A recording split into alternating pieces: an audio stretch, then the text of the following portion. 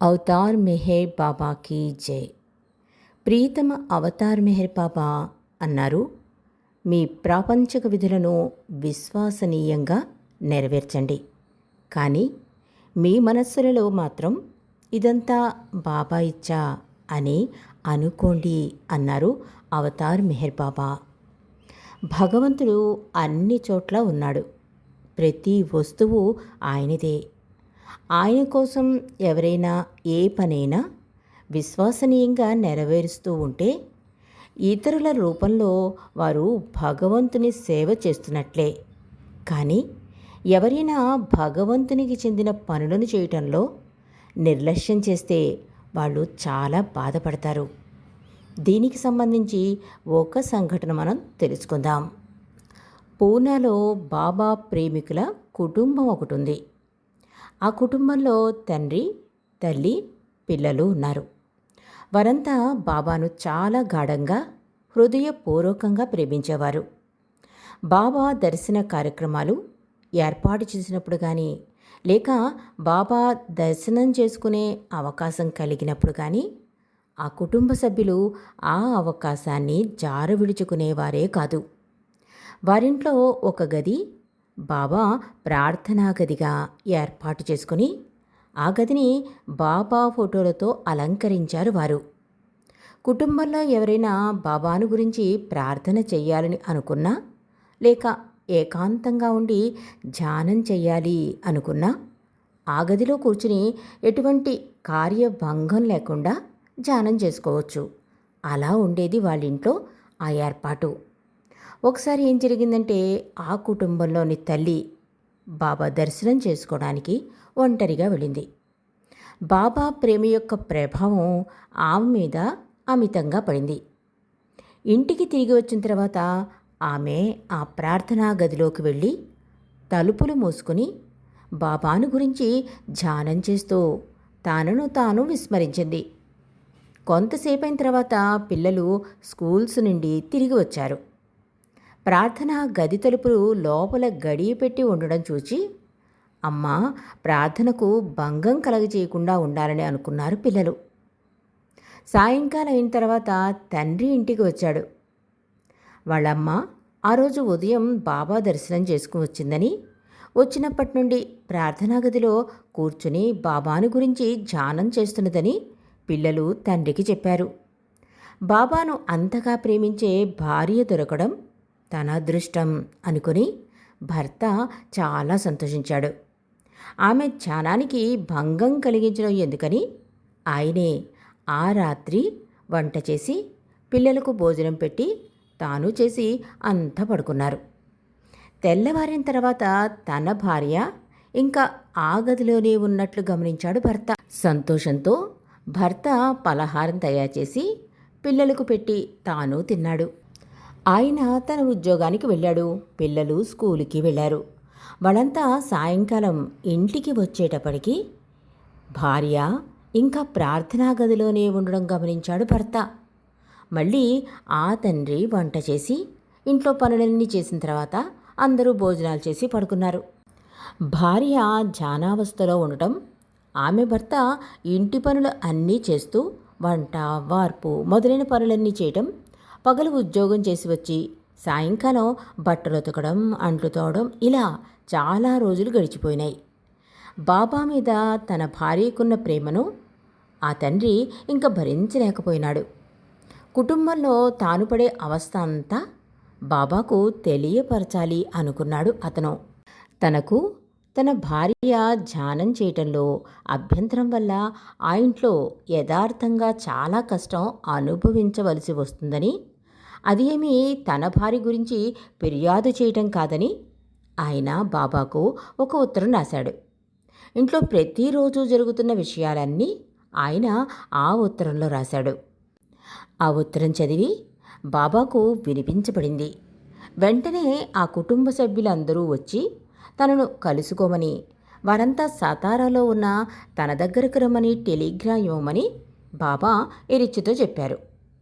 బాబా చెప్పిన ఆ రోజుకి ఆ కుటుంబం అంతా బాబా దగ్గరకు వచ్చింది. ఆ కుటుంబం అంతా బాబా దగ్గరకు వచ్చినప్పుడు ఆ కుటుంబ సభ్యులందరినీ బాబా సంతోషపూర్వకంగా ఆలింగనం చేసుకున్నారు. వారందరినీ తన దగ్గర కూర్చోమని సౌజ్ఞ చేశారు బాబా. అప్పుడు ఆయన భార్య అంటే హేమలత వంక చూసి, నీవు నన్ను ప్రేమిస్తున్నావు గనుక నిన్ను చూసి నేను సంతోషపడుతున్నాను. నీవు నన్ను ప్రేమించడం నాకు బాగానే ఉంది, కానీ నీవు నన్ను ప్రేమిస్తున్నావా అడిగారు బాబా. అవును బాబా, నేను మిమ్మల్ని ప్రేమిస్తున్నాను అంది ఆమె. అవును, నాకు తెలుసు ఆ విషయం. నీవు నన్ను ఎంతగా ప్రేమిస్తున్నావో నాకు తెలుసు అంటూ ఆయన ఆ పిల్లల వైపు, ఆమె వైపు చూచి, నిన్ను చూచి నేను సంతోషపడుతున్నప్పటికీ ఈ పిల్లలలో ఉన్న నేను చాలా దుఃఖపడుతున్నాను. ఎందుకంటే వాళ్ళలో ఉన్న నాకు వేళకు భోజనం దొరకటం లేదు, నాకు శుభ్రమైన దుస్తులు లేవు, నేను నిర్లక్ష్యం చేయబడుతున్నాను. ఇది నాకు చాలా విచారం కలిగిస్తున్నది అన్నారు బాబా ఆమె వైపు చూసి.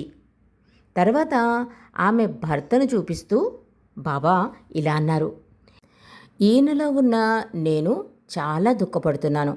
ఎందుకంటే పిల్లలకు నేనే వంట చేయవలసి వస్తున్నది, వాళ్ళ బట్టలు ఉతకవలసి వస్తున్నది, పగలంతా నా ఉద్యోగం చేయవలసి వస్తున్నది. నేను బాగా అలసిపోతున్నాను. ఎందుకంటే ఈ ఇంటి పనులలో నాకు సహాయం చేసేవాళ్ళు ఎవ్వరూ లేరు అన్నారు బాబా ఆమె వైపు చూసి. బాబా మరలా హేమలత వైపు చూసి, హేమలత, నేను నీలో సంతోషంగానే ఉన్నాను. ఎందుకంటే నీలోని నన్ను గాఢంగా ప్రేమిస్తున్నావు కాబట్టి. నీలోని నన్ను నీవు సంతోషపెడుతున్నావు. కానీ నీ భర్తలోనూ నీ పిల్లలలోనూ ఉన్న నన్ను చాలా బాధ పెడుతున్నావు. వారిలో ఉన్న నాకు చెయ్యవలసిన కర్తవ్యాన్ని నీవు మరిచిపోయినావు హేమలత. నీకు ఈ బాధ్యతలు ఎవరిచ్చారు? అట్లా ఇచ్చింది నేనే కదా. ఎందుకంటే నీ పిల్లలు వాస్తవానికి నా పిల్లలు, నీ భర్త నా భర్త. నీవు నిజంగా నన్ను ప్రేమిస్తుంటే వాళ్లలో ఉన్న నన్ను కూడా సంతోషపెట్టాలి కదా. ప్రేమంటే అది. ప్రేమ ఎల్లప్పుడూ ప్రియతముని సంతోషపెడుతుంది. అందువల్ల నీ చుట్టుపక్కల వారినందరినీ నీవు ప్రేమిస్తే నీవు నన్ను ప్రేమించినట్లే అన్నారు ప్రీతమ అవతార్ మెహర్ బాబా. ఈ విధంగా బాబా చెప్పిన తర్వాత తాను తన కుటుంబ సభ్యులకు దూరంగా ఉండి, వారినే కాకుండా వారిలో ఉన్న బాబాను కూడా ఎంత కష్టపెడుతున్నది హఠాత్తుగా గుర్తించింది హేమలత. ఆమె వెంటనే ఇలా అంది, బాబా, ఇప్పుడు నాకు తెలిసింది.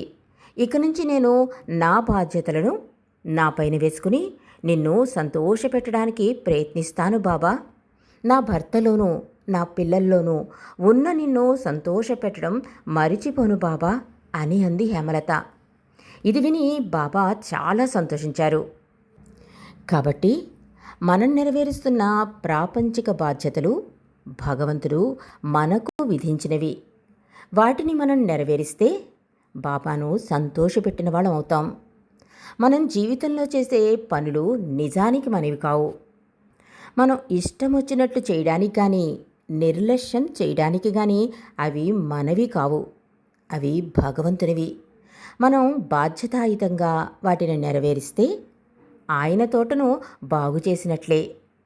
ఇతరుల్లో ఉన్న భగవంతుని సేవ చేయాలని ఆయన కోరినప్పటికీ ఇతరులను సంతోషపెట్టేటప్పుడు వారిలో ఉన్న ఆ భగవంతుని మనం మరిచిపోతూ ఉంటాం. ప్రతి వ్యక్తి, ప్రతి వస్తువు భగవంతునికి చెందినవే కనుక ఆ భగవంతుని ఎడలనే మన బాధ్యతలు ఉంటాయి కానీ ప్రతి వ్యక్తి, వస్తువు ఎడల కాదు.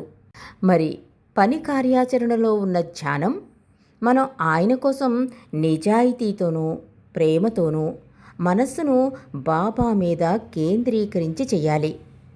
మన చుట్టూ ఉండే ప్రజలలో ఎటువంటి ప్రభావం కనబడుతుందో అని ఆలోచించకూడదు అన్నారు అవతార్ మెహర్ బాబా. అందుకే అవతార్ మెహర్ బాబా మై విష్ నా వాంఛితంలో అన్నారు, మీ ప్రాపంచిక విద్యుత్ ధర్మములను విశ్వాసంతో నిర్వహించవలను, కానీ అది అంతయు బాబాదే అని మీ మనస్సునందు ఎల్లప్పుడూ ఉంచుకొనుము అన్నారు అవతార్ మెహర్ బాబా. అవతార్ మెహర్ బాబా కీ జై. ప్రేమపదం వాట్సాప్ గ్రూప్ సమర్పణ.